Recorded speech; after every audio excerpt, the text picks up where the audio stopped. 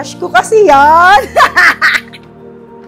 Dadaan-daan sa amin yan. Tapos, hindi ko mo siya, syempre, nasaktan na kasi ako. So, hindi ko na siya masyadong hindi na ako nakapokus. Kumbaga sinabi ko na kay Lord na hindi na ako mag-aasawa. Lord, masakit ka kasi yung naranasan ko before eh. Parang doon pa lang.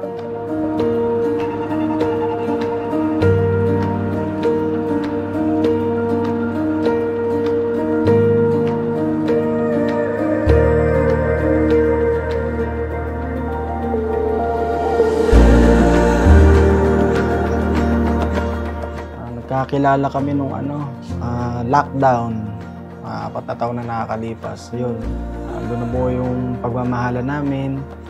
Simula sa inuman, asar-asar, ganyan. Walang ligawan. Niligawan ko siya. Hindi. Nilasing ko siya araw-araw. Diyos ko. Lockdown. Di yung savings mo, di ba? Paubos ang paubos. Sabi ko, di ba ako talaga papansinin ito? Kasi paubos na yung cravings ko. Tapos nagiinuman kami. Siyempre, nung lockdown, wala naman tayong ginagawa, di ba? So, doon, mag-workout kami. Tapos tayo mag-workout. Iinom na kami. Kasi, siyempre, doon na yung naubos yung araw namin. Lockdown eh. Hindi din ako pwedeng hindi uminom kasi may anxiety and may insomnia ko. So, kailangan ko yun. Nung nakilala ko siya, lahat ng sakit ko, nawala.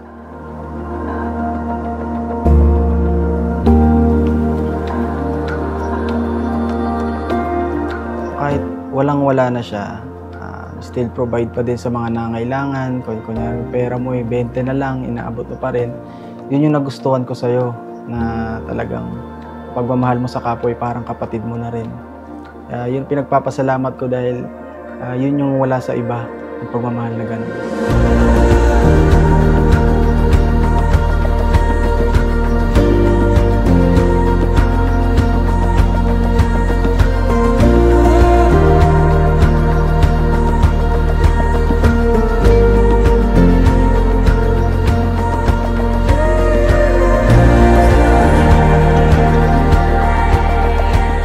Joy Christine, bukal ba sa iyong kalooban ng iyong pagparito upang makaisang dibdib si Jay na iyong pakamamahalin at paglilingkuran habang buhay?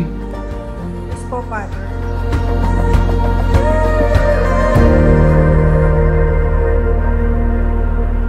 Jay, bukal ba sa iyong kalooban ng iyong pagparito upang makaisang dibdib si Joy Christine na iyong pakamamahalin at paglilingkuran habang buhay? Yes po, Father.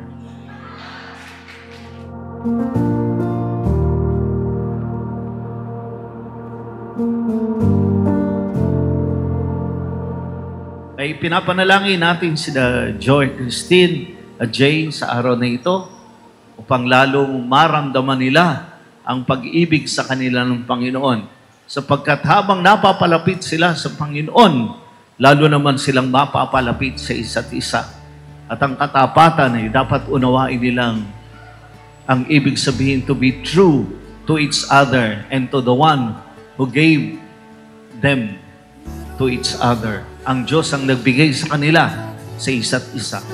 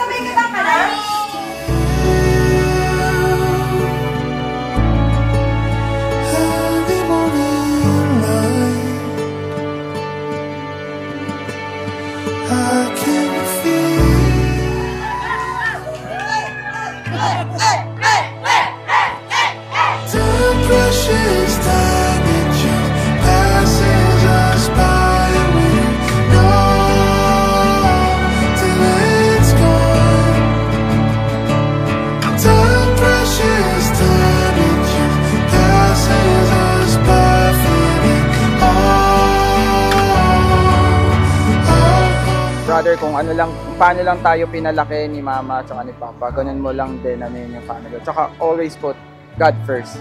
Ha?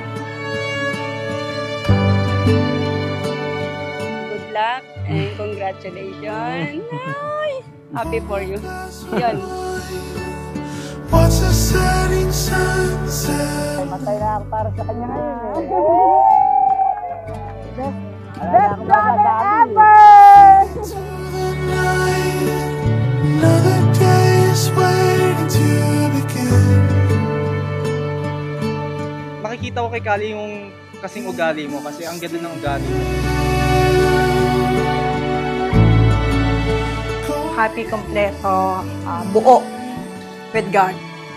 Actually, si Lord yung nag-provide everything sa amin nito.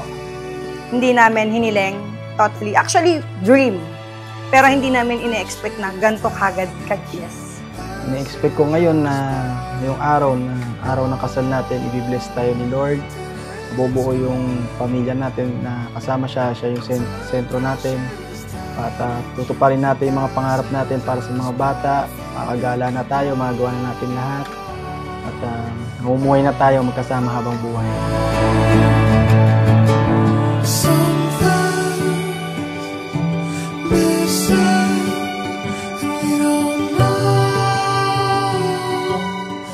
Yung ipapangako natin, sana huwag tayong bibitaw. Lahat ng challenges kaya natin. At ituloy lang natin yung pagtulong sa mga taong nangangailangan dahil doon namuo yung pagmamahalan natin dalawa. See you later, baby. Ito na yun. I love you. This is my first time na magsuot ng gown na never ko na karanasan buong buhay. Ikaw lang at bukod. Maraming salamat. I love you so much.